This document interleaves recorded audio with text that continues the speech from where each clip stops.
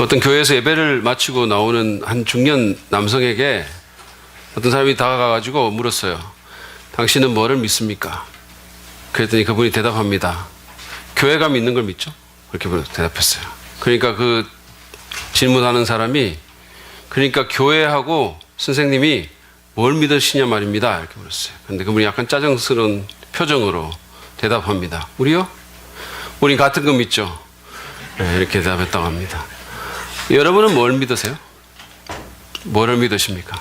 사도신경은 여기에 대해서 나는 하나님을 믿는다라고 시작을 합니다. 그런 대답으로 시작을 해요. 우리 이 사도신경 번역에는, 한글 번역에는 전능하사 천지를 만드신 하나님 아버지를 내가 믿사오며 이렇게 시작하잖아요. 그래서 전능하사로 시작하는 것 같아요. 근데 라틴 이 사도신경을 보면 credo in deum 이렇게 시작합니다. 번역하자면 나는 하나님을 믿습니다. 이렇게 시작한 거예요. 나는 하나님을 믿습니다. 여러분은 이 질문, 하나님을 믿는가 안 믿는가 하는 질문에 대해서 어떤 대답을 하실 수 있을 것 같습니까? 이것은 굉장히 중요한 질문이에요. 그리고 가장 우선되는 질문이기도 합니다. 여러분이 여기에 대해서 어떤 대답을 하시느냐에 따라 여러분의 인생은 완전히 달라질 수 있어요. 그것은 이 생뿐만 아니라 영원을 완전히 다르게 만들 겁니다. 내가 하나님을 믿는다고 고백하는 사람과 그렇지 않다고 고백하는 사람은 완전히 다른 삶을 산다는 거예요.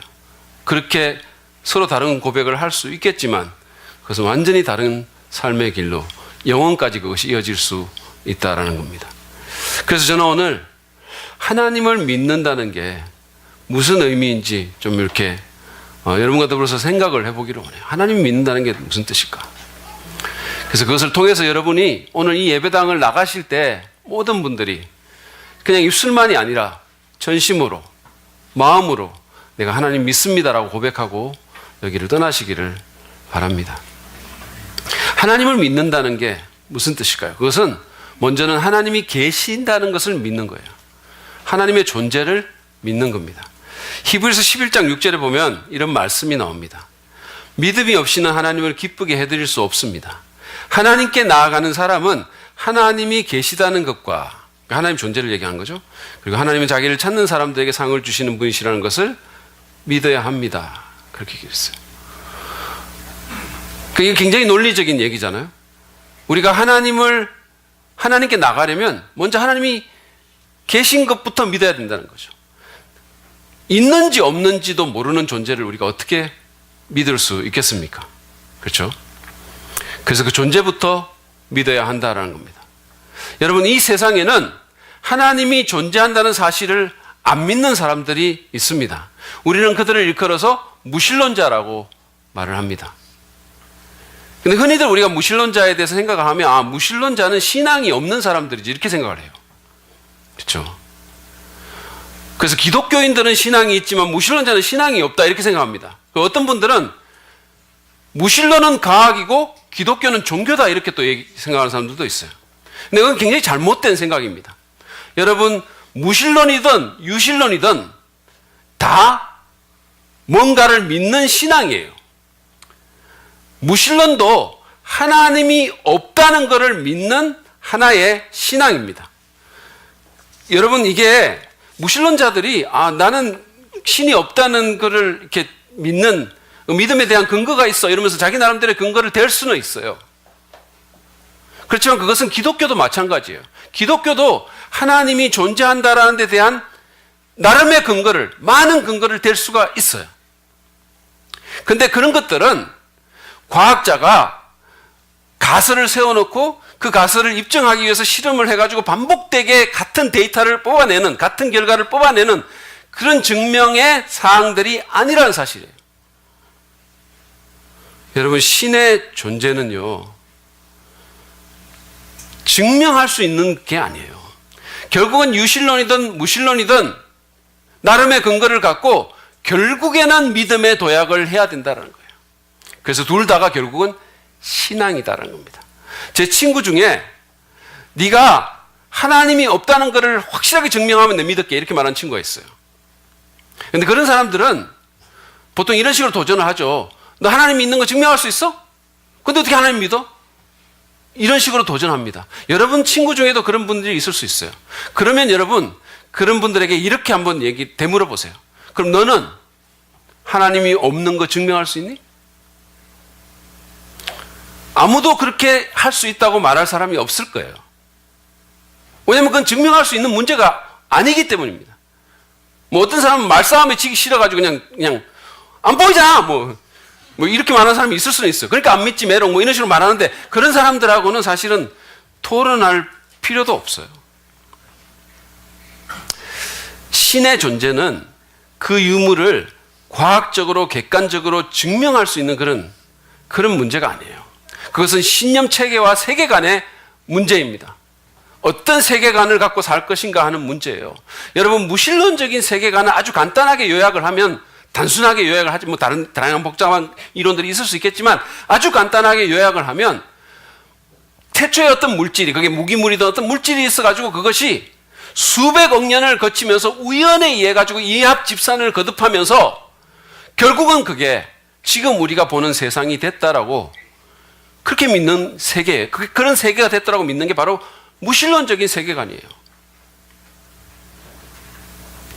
여러분 이런 세계관은 모든 디자인에는 디자이너가 있다라는 우리의 상식과도 안 맞을 뿐만 아니라 인생의 존엄성과 우리 삶의 궁극적인 의미도 제공해 주지 못합니다. 그것은 궁극적인 진리나 윤리의 기준을 제시하지 못합니다. 그래서 러시아의 문호인 도스토옙스키가 하나님이 없으면 모든 게 허용된다라고 말을 한 거예요. 만약에 하나님이 진짜 없다면 절대적인 기준이 없으니까 그냥 자기 마음대로 그냥 뭐든지 허용될 수 있다라는 거예요. 이런 세계관에 의하면 우리는 찰나 같은 인생을 자기 기준대로 아등바등 살다가 그게 끝나면 모든 게 무로 돌아간다는 거예요. 여러분은 이런 세계관에 의존해서 여러분의 인생을 세우기를 원하십니까? 이런 신념 체계에 의거해서 삶을 살기를 원하시나요? 하나님은 우리가 그렇게 살기를 원치 않으십니다. 오히려 인격적인 하나님을 믿기를 원하세요. 그래서 하나님께서 만드신 이 모든 세상에 하나님의 흔적을 곳곳에 남겨두신 것입니다. 그래서 성경을 보면 로마서 1장 19절 20절에 보면 사도 바울이 이렇게 그것을 표현하고 있어요. 하나님을 알만한 일이 사람에게 환히 드러나 있습니다. 하나님께서 그것을 환히 드러내 주셨습니다. 이 세상 창조 때로부터 하나님의 보이지 않는 속성, 곧 그분의 영원하신 능력과 신성은 사람이 그 지으신 만물을 보고서 깨닫게 되어 있습니다. 창조물을 보면 하나님이 어떤 분인가가 이렇게 짐작이 된다는 거예요. 그분의 어떤 능력이, 그분의 신성이. 그러므로 사람들은 핑계를 댈 수가 없습니다. 왜 이렇게 증거가 없습니까? 라고 핑계 댈 수가 없다는 거예요. 누구든지 주의 깊게 보면 하나님을 알만한 실마리가 도처에 있다라는 거예요. 어떻게 이런 게 그냥 저절로 생겼을까? 누구든 그렇게 생각할 수 있다는 거예요. 우리가 이 앞에 있는 오르간을 보고 키보드를 보고 드럼을 보고 이 교회 건물을 보고 이게 어떻게 생겼지? 라고 생각하는 것처럼 누구든지 이게 어떻게 생겼지? 이렇게 생각할 수 있고 질문할 수 있고 그 질문을 쫓아가다 보면 하나님을 발견할 수 있다는 거예요. 여러분이 저희 집에 와가지고 제가 없더라도 저희 집을 이렇게 둘러보면 제가 누군지를 어떤 사람인지를 대충 알 수 있어요. 여러분이 저희 집에 오셔가지고 제 책꽂이를 이렇게 쭉 보면 책이 많아요. 그리고 책꽂이에 무슨 설교에 대한 책도 있고 뭐 신학에 대한 책도 있고 교회에 대한 책들이 꽂혀 있어요. 영어로 된 책들도 있어요. 그러면 그걸 보고 제가 무슨 일을 하는 사람인지 대충 짐작할 수 있어요. 왜냐하면 그런 책 꽂아놓고 있는 사람은 별로 없거든. 그리고 이렇게 거실에 나가면 아이들 사진이 있어요. 한 남자 청년 아이하고 절세 미인인 여자아이 사진이 거기 있는 거예요. 그러면 이 사람에게는 이런 자녀가 있구나라고 짐작할 수 있고 그러면 제 나이도 어느 정도 짐작이 갈 수 있어요. 그리고 이렇게 집을 둘러보면 집이 엄청나게 깨끗하게 정리되어 있고 마치 사람이 안 사는 것 같은 너무나 정리가 잘 되어 있고 그리고 뭐 장식물도 별로 없고 그리고 이렇게 보면 뭐 불필요한 플러그는 전원에서 다 꽂아 빼서 나와 있고 전구 담화가 2개 이상 있는 데는 하나가 빠져 있는 걸 볼 수 있어요. 그러면 여러분은 이 사람 와이프가 어떤 사람인 걸 알 수 있어요. 여러분은 제가 없더라도 제 집만 둘러봐도 제가 어떤 사람인지 또 제 가족이 어떤 상황인지 대충 알 수 있어요. 여러분이 너무 바쁘게 움직이지 않는다면 주인인 나를 알지 않기로 마음과 눈을 아예 닫아놓지 않는다면 여러분은 우리 집만 봐도 저에 대해서 또 저희 가족에 대해서 많은 것을 알 수 있습니다. 이 우주 만물도 마찬가지라는 거예요. 우리가 너무 바쁘게 움직이지 않는다면 주의 깊게 본다면 누구든 이 우주 세계의 주인을 알 수 있다는 거예요. 스스로를 속이지 않는 한 그렇다는 겁니다. 지난주에 저희 교역자들이 언브로큰이라는 영화를 같이 봤어요. 우리 허성우 전도사님이 이 갓난아기를 둘을 계속해서 키우고 뭐 먹고 사는 일로 굉장히 바빠가지고 5년 동안 영화를 못 봤다는 그 딱한 소식을 저희가 듣고 그를 구원해 주기 위해 가지고 그래서 교역자 전체 영화 관람이라는 전무후무한 일을 우리가 한번 했어요. 여러분 그래야 정말 가족들에게 미안함 없이 죄책감 없이 영화를 볼 수 있을 거 아닙니까? 목사님이 이 영화 안 보면 짜른데 뭐 이런 거 있잖아요. 그렇게 말한 건 아닌데 어쨌든 간에 그를 구원하기 위해서. 그래서 우리가 이 영화를 봤어요. 이 영화 언브로큰이라는 영화는 그 실화입니다. 실화인데 루이 젠페린이라는 미국의 올림픽 육상 대표 선수고 또 미국 전쟁 영웅이에요. 이분이 한 거의 100살까지 산 분인데 대단한 분입니다. 나중에 크리스찬이 돼가지고 정말로 많은 사람에게 희망과 용기를 주는 그런 사람인데 어쨌든 이 영화를 보면 이 사람은 어릴 때 자기 그 아버지 손에 끌려가지고 억지로 교회를 나가긴 나가요. 근데 교회에서 뭐 다리 벌벌 떨고 있다가 아버지한테 뒤통수 탁 맞고 이런 안 좋은 기억만 있는 거예요. 그러니까 하나님을 믿을 리가 없죠. 오히려 막 10대 때부터 술 마시고 막 여러 가지 비행을 일삼는 문제아가 돼요. 그러다가 어떻게 해서 감화를 받아서 육상 선수가 되고 그리고는 전쟁이 터져가지고 징집이 돼서 이제 나갑니다. 그리고는 비행기를 몰고 이렇게 하다가 비행기가 바다에 추락하는 바람에 그냥 망망대해를 그 구조보트 따고 떠도는 신세가 된 거예요. 여러분 한번 생각해 보십시오. 거기서 그냥 굶주림과 타는 듯한 갈증과 상어와 여러 가지 어떤 위협으로 이 사람들은 하루하루 삶의 희망을 잃어가는 거예요.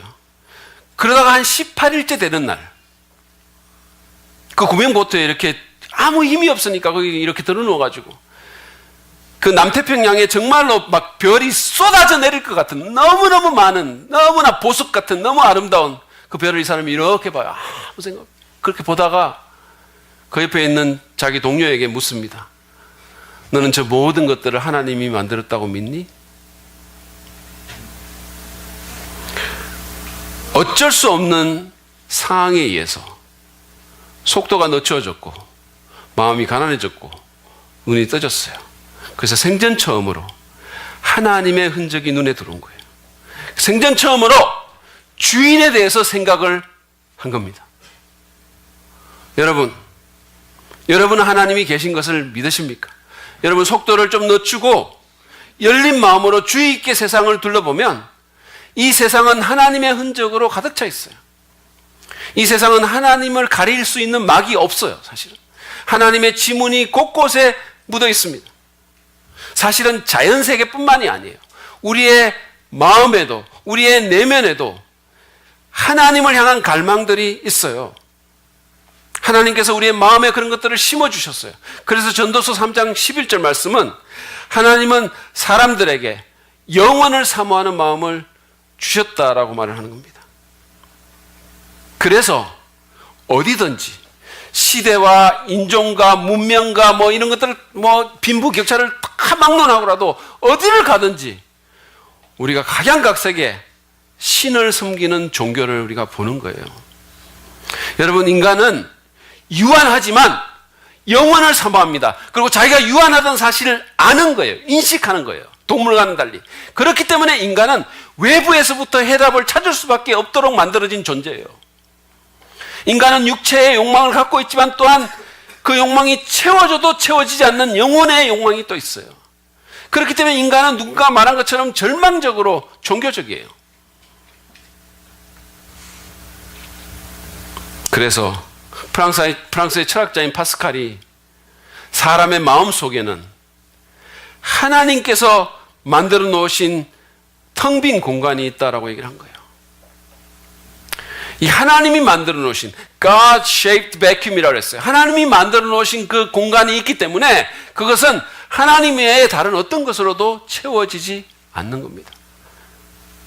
아무리 돈이 많아도, 아무리 인기가 많아도, 아무리 쾌락을 즐겨도 순간적으로 좀 괜찮은 것 같지만 또 공허해지는 거예요.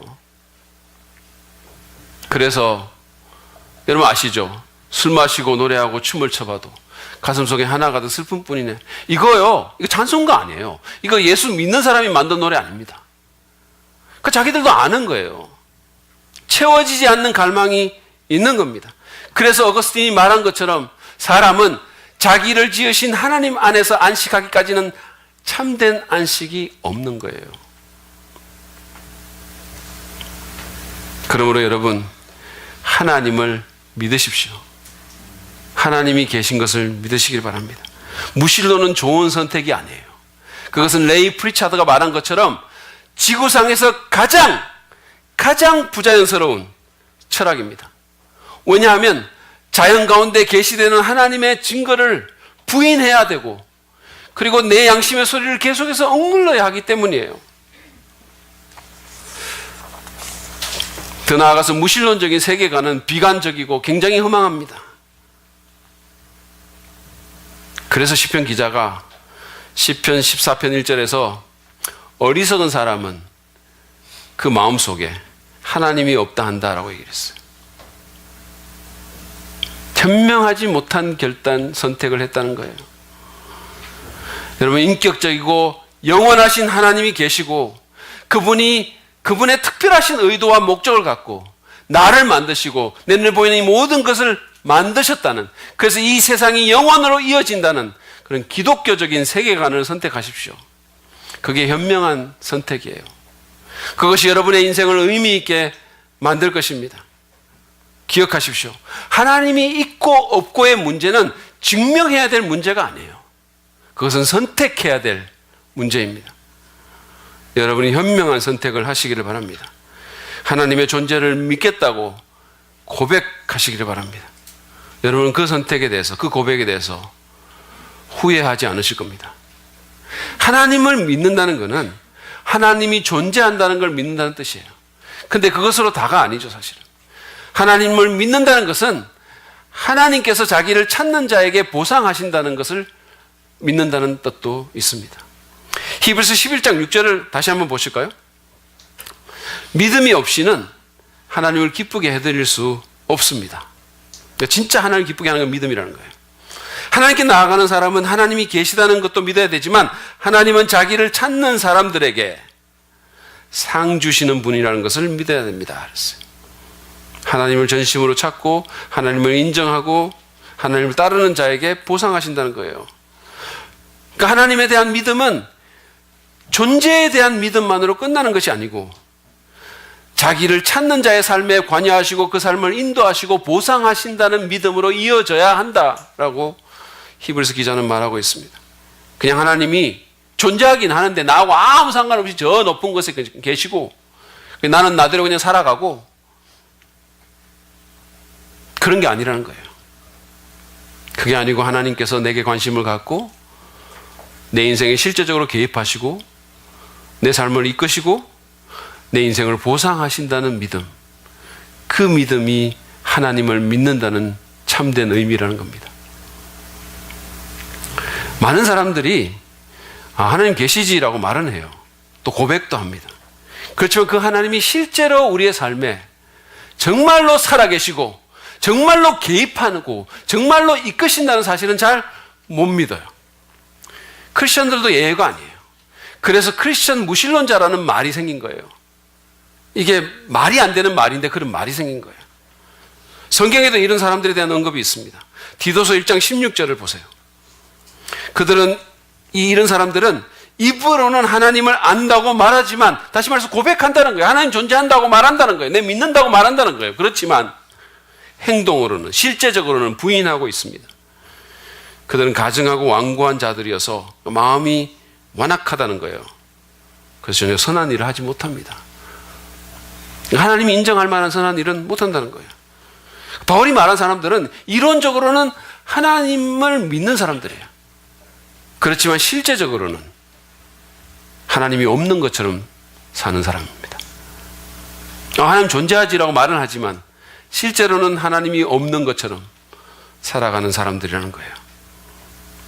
윌리엄 터지슨이라는 목사님은 뉴욕에서 목회하시는 분인데, 이분은 그래서 그런 사람들을 실제적 무신론자라고 부르면서 그들에 대해서 이렇게 말을 했어요. 들어보십시오. 세상의 무신론자들은 그렇게 많지 않다. 그러나 실제적 무신론자는 수백만이나 주변에 있다.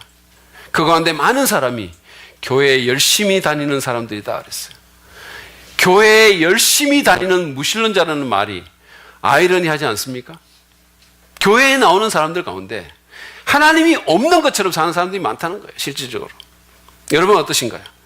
교회는 나오지만, 입술로는 고백하지만, 머리로는 아는 것 같지만 정말로 하나님이 계신 것처럼, 내 삶 속에서 그 하나님이 정말 계신 것처럼 살고 선택하고 있습니까? 정말 하나님이 필요한 순간에 하나님을 기억하지 못하고 잊고 살지는 않으시나요? 우리 플리피가 어렸을 때, 제가 말씀드린 것처럼 어렸을 때 사실은 걔가 교회에 굉장히 열심히 나가고 성경도 숙제로 매일 읽었어요.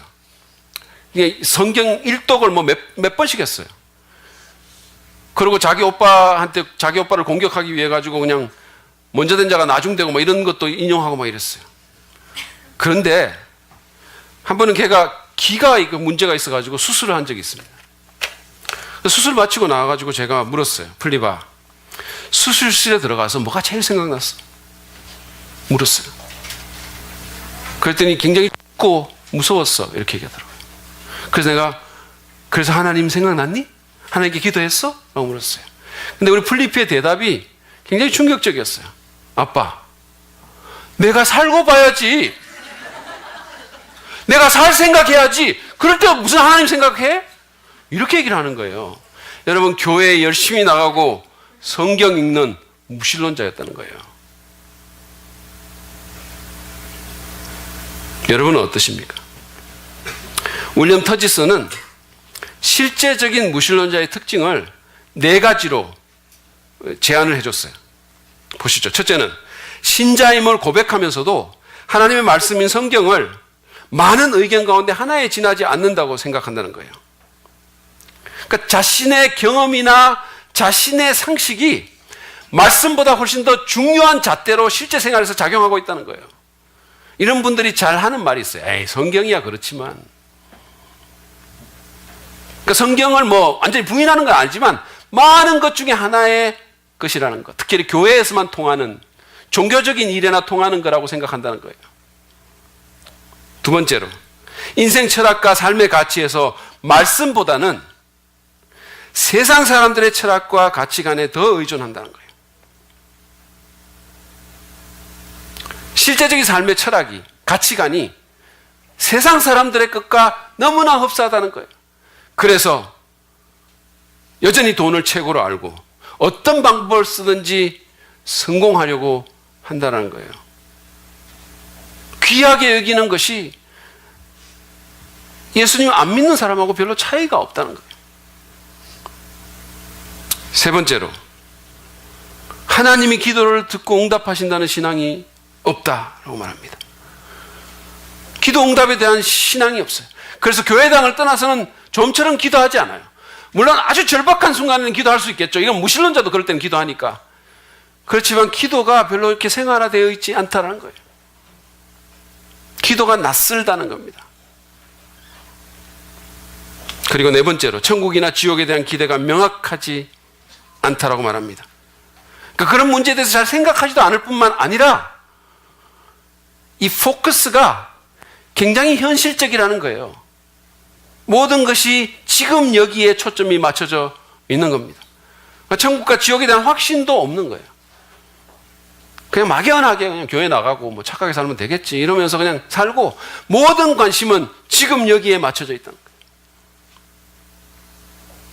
여러분은 이 목록에 의거해서 어떠신가요? 제가 하나를 더 보여드릴까요? 이 크리스천 무신론자라는 책이 있어요. 혹시 읽어보셨나요? 이 책은 크레이그 그로셜이라는 젊은 목사님이 쓴 책이에요. 근데 이분은 여기서 크리스천 무신론자라는 용어를 쓰면서 자기 나름대로 그 크리스천 무신론자가 어떤 사람인지 이렇게 얘기를 하고 있는데 제가 좀 요약을 해왔어요. 이런 사람입니다. 크리스천 무신론자들은 하나님을 믿지만 인생의 주도권은 내놓지 못하겠다고 하는 사람입니다. 하나님 믿긴 하는데 여전히 내가 주도권을 쥐겠다는 거예요. 내가 내 인생에서 하나님이 주도권을 쥐도록 운전대를 쥐도록 안 맡기겠다는 겁니다. 내 경제 생활에 있어서 내 자식을 양육하는 문제에 있어서 내 결혼 파트너를 정하는 문제에 있어서 여전히 내가 주도권을 쥐겠다는 거예요. 그로시는 또 말합니다. 이런 사람들은 하나님을 믿지만 하나님이 정말 자기를 사랑하는지를 의심스러워한다는 거예요. 정말 하나님이 나를 사랑하는지 잘 모르겠다는 거죠. 진짜 하나님이 그렇게 나를 사랑하는지 모르겠다는 겁니다. 그래서 이런 사람들은 자기 방식대로 행복을 추구하고 돈을 더 믿으며 살지만 실상은 늘 근심 걱정에 시달리면서 사는 거예요. 여러분은 어떠신가요? 정말로 하나님을 믿으십니까? 아니면 이론적으로는 유신론자지만 실제적으로는 무신론자이신가요?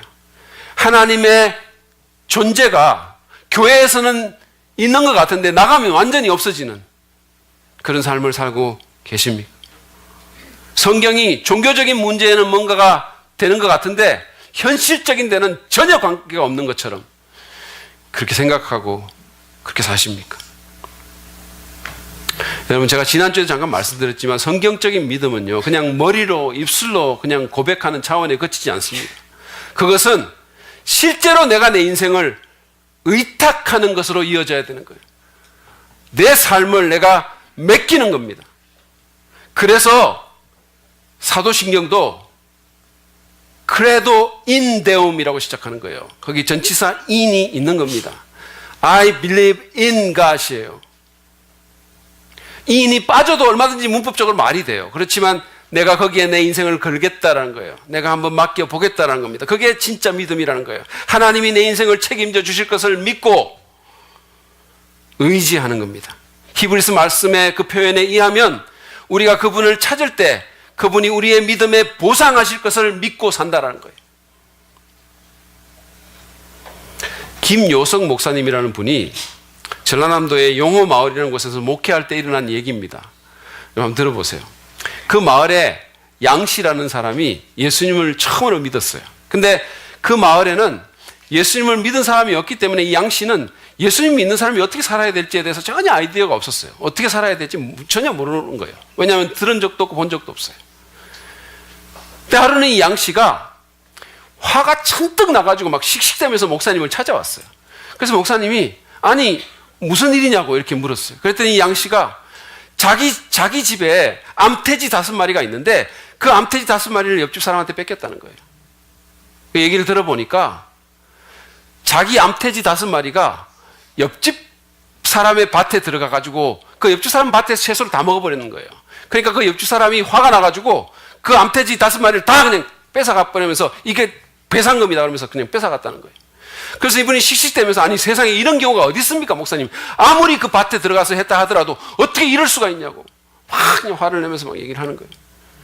그래서 목사님이 그걸 듣더니 양씨 그 이웃이 당신이 예수 믿는 줄 알고 그러는 것 같다고 그래가지고 일부러 좀 그렇게 막 한번 충동질 해보려고 그러는 것 같으니까 그냥 그 암돼지 줘버리십시오. 이렇게 얘기를 한 거예요. 헐 진짜 대박이죠. 이게 이런 황당한 조언을 한 거예요. 양씨 만약에 양씨가 그 일 때문에 막 옆집 사람하고 싸우고 막 이렇게 하면 그 사람들이 뭐라 그랬냐고. 하나님 믿는 거 아무 소용없네. 믿는다고 그러니까 똑같네. 더 못하네. 그러면서 조롱할 거 아니냐고. 그러면 누가 앞으로 하나님 믿겠냐고. 그러니까 그냥 하나님한테 맡기고 그 암태지 줘버리세요. 이렇게 조언을 한 겁니다. 그랬더니 양씨가 이 목사님의 황당한 얘기, 황당한 조언을 듣고 진지한 모습으로 목사님 믿는 사람이라면 그래야 되는 겁니까? 그럼 제가 그러겠습니다. 그러고 대답을 하고 돌아갔다는 거예요. 그리고 실제로 그걸 그냥 아무 이의도 안 달고 그냥 줘버린 거예요. 그게 여름이었는데 세월이 흘러가지고 가을이 됐어요. 그 가을이 돼가지고 어느 날 아침에 이 양씨가 또 목사님을 찾아온 거예요. 그러면서 그냥 막 이번에는 너무 기뻐하면서 찾아왔어요. 그래서 아니 무슨 일이냐고. 그랬더니 양씨가 목사님 너무 기쁜 소식이 있어요. 그래서 무엇가 그렇게 기쁘냐 그랬더니 아니 우리 옆집 사람한테 황소 7마리가 있는데 어제 그 황소가 우리 밭에 들어와가지고 다 먹어버렸어요.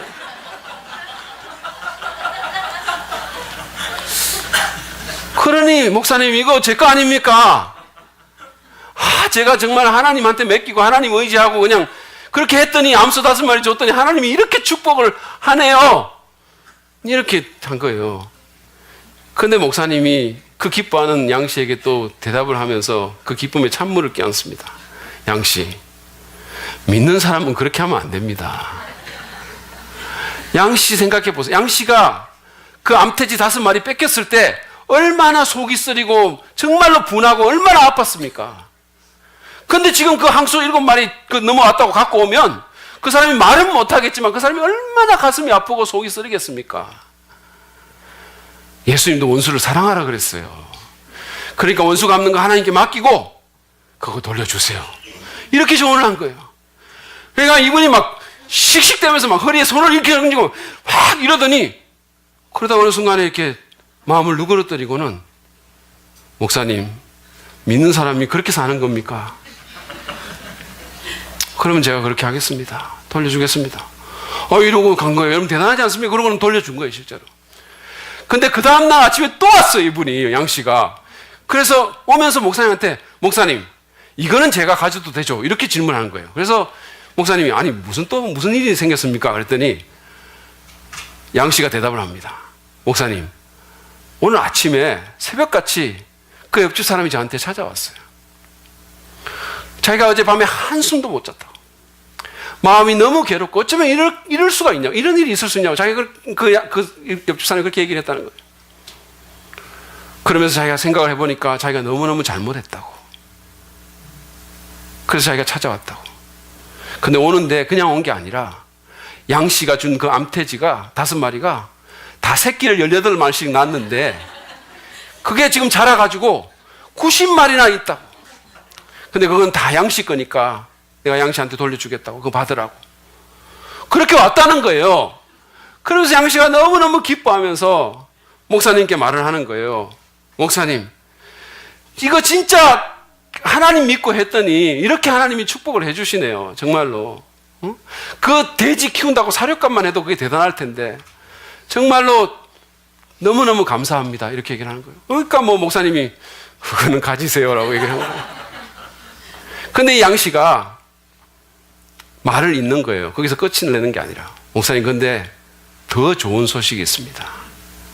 그래서 그게 뭡니까? 라고 물었어요. 그랬더니 양씨가 말하기를, 목사님, 근데요, 이것 때문에 이제는 이 마을 사람들이 우리가 예수 믿는 거 인정해 줬어요. 이거야말로 하나님께서 우리에게 주신 최고의 선물이 아니겠습니까? 이렇게 얘기를 했다는 거예요. 여러분, 제가 이 얘기를 듣고 이거야말로, 이거 진짜 있었던 일이거든요. 이거야말로 정말로 하나님을 믿는다는 얘기다. 하나님 믿는다는 게 어떻다는 것을 보여주는 얘기다. 그렇게 생각했어요. 여러분, 하나님을 신뢰하고 그분께 맡기고 그분을 찾으면 그분이 보상해 주십니다. 그게 바로 믿는다는 의미예요. 양씨의 경우는 유형무형의 보상이 있었습니다. 그렇지만 어떤 경우는 유형적으로 손해를 보는 것 같은 경우도 있을 수 있어요. 어떤 경우에는 이 땅에서 완벽하게 보상이 안 될 수도 있어요. 그렇지만 여러분 기억하십시오. 하나님은 반드시 보상하십니다. 하나님 살아계시기 때문에 하나님은 그 믿음을 우대하십니다. 어떤 경우든 그분은 자기를 신뢰하는 자를 버리지 않으십니다. 자기를 찾는 자들에게 어떤 식으로든 보상하시는 거예요. 여러분, 양화진에 가면 선교사들의 묘지가 있어요. 근데 거기 보면 이 땅에 와서 젊음을 바쳐서 정말로 열정을 들여서 복음을 전하다가 풍토병과 온갖 핍박과 과로로 순교한 사람들의 무덤이 거기 있어요. 거기 누워서 잠들고 있어요. 또는 은퇴 후에 고국으로 돌아갔지만 60만 원, 자기가 죽고 나거든 60만 원 한국 땅에 묻어달라고 유언해가지고 거기 묻힌 그런 사람들도 거기 있어요. 또는 함께 한국에 왔다가 배우자를 일찍 떠나보내고 자기 홀로 그 소명을 감당하고 결국은 나중에 합장한 사람들의 무덤도 거기 있어요. 그리고 정말로 그냥 자기 고국에서 그냥 태어나서 자랐으면 그렇게까지 일찍 죽지 않았을 어린 영혼들의 무덤도 거기 있어요. 자녀들의 무덤. 수많은 외국인들의 무덤이 거기에 있어요. 지금 현재 500개가 넘는 무덤이 있습니다.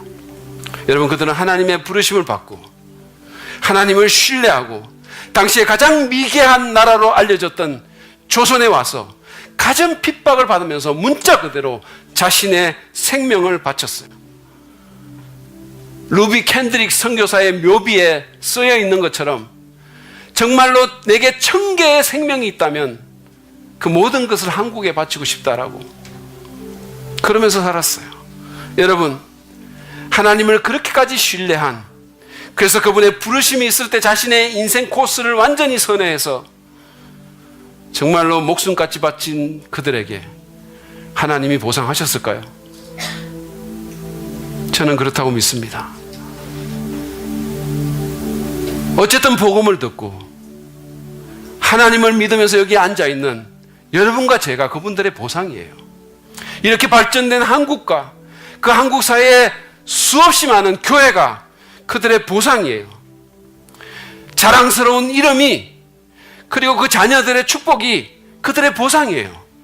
여러분, 그러나 그것만이 다가 아닙니다. 하나님은 천국의 생명책에 그들의 이름을 금으로 새기시고 의의 면류관을 그에게 씌워주시고 영원에 걸쳐서 그들을 보상하실 것입니다.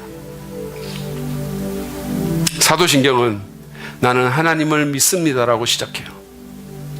그렇게 시작하는 것은 다 이유가 있습니다. 그것은 우리의 신앙에서 가장 우선적이고 가장 중요한 문제이기 때문입니다. 여러분은 하나님을 믿으십니까? 하나님이 계시다는 것과 그가 자기를 찾는 자에게 상 주시는 분이심을 믿습니까? 그분을 신뢰하시나요? 혹시 우리 가운데 아직 하나님 안 믿는 분이 계신다면 하나님을 믿기로 선택하십시오. 제가 앞에서 말씀드린 것처럼 이것은 증명해야 될 문제가 아니라 선택해야 될 문제예요. 이것은 과학의 문제가 아니라 세계관의 문제입니다. 여러분은 여러분의 인생을 어떤 기초 위에서 세워나가기를 원하십니까? 잘 생각해 보세요. 어차피 하나님의 존재에 대해서 증명할 사람은 아무도 없어요. 그 누구도 그렇게 할 수 없습니다. 하나님께서 남기신 힌트를 보고 믿음의 도약을 해야 되는 거예요. 선택하십시오.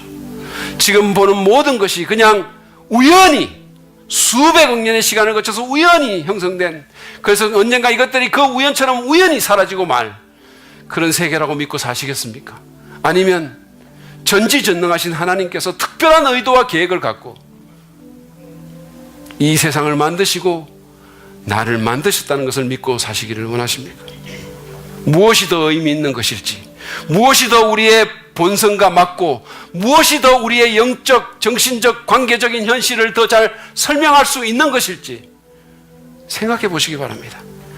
그리고 하나님을 믿기로 선택하십시오. 우리 가운데 이미 하나님을 믿으시는 분들은 계속해서 그분을 신뢰하고 삶 가운데서 그분을 찾으십시오. 여러분, 실질적인 무신론자로 살지 마십시오. 그분의 보상을 기대하고 전심으로 하나님을 찾고 모든 것을 하나님께 맡기십시오. 어떤 목사님이 말하는 것처럼 하나님 뒀다가 어디 있을 겁니까? 여러분, 하나님 살아계시는데 왜 입술로만 그냥 그분 고백하고 말 겁니까? 우리 삶 속에서 그분이 살아계시면, 그것을 내가 믿고 살면 그분이 일하실 텐데 하나님 뒀다 어디 있을 겁니까? 하나님 믿고 사십시오. 하나님을 신뢰하십시오. 그러면 하나님께서 기뻐하실 겁니다. 하나님을 가장 기쁘게 하는 것은 다른 어떤 것도 아니고 우리의 믿음이에요. 믿음이 없이는 기쁘게 할 수 없다라고 했습니다. 믿고 신뢰하십시오. 계속 찾고 의탁하십시오. 입술이 아니라 삶으로 나는 하나님을 믿습니다라고 고백하시기를 바랍니다. 그러면 여러분의 인생이 달라질 수 있을 것입니다. 그러면 하나님께서 여러분의 삶을 이끄시고 영원에 걸쳐서 여러분의 믿음을 보상해 주실 것입니다. 이 시간에 우리가 주님 앞에 나아가 기도합니다. 여러분의 진심을 다해서 나는 하나님을 믿습니다라고 고백했으면 좋겠어요.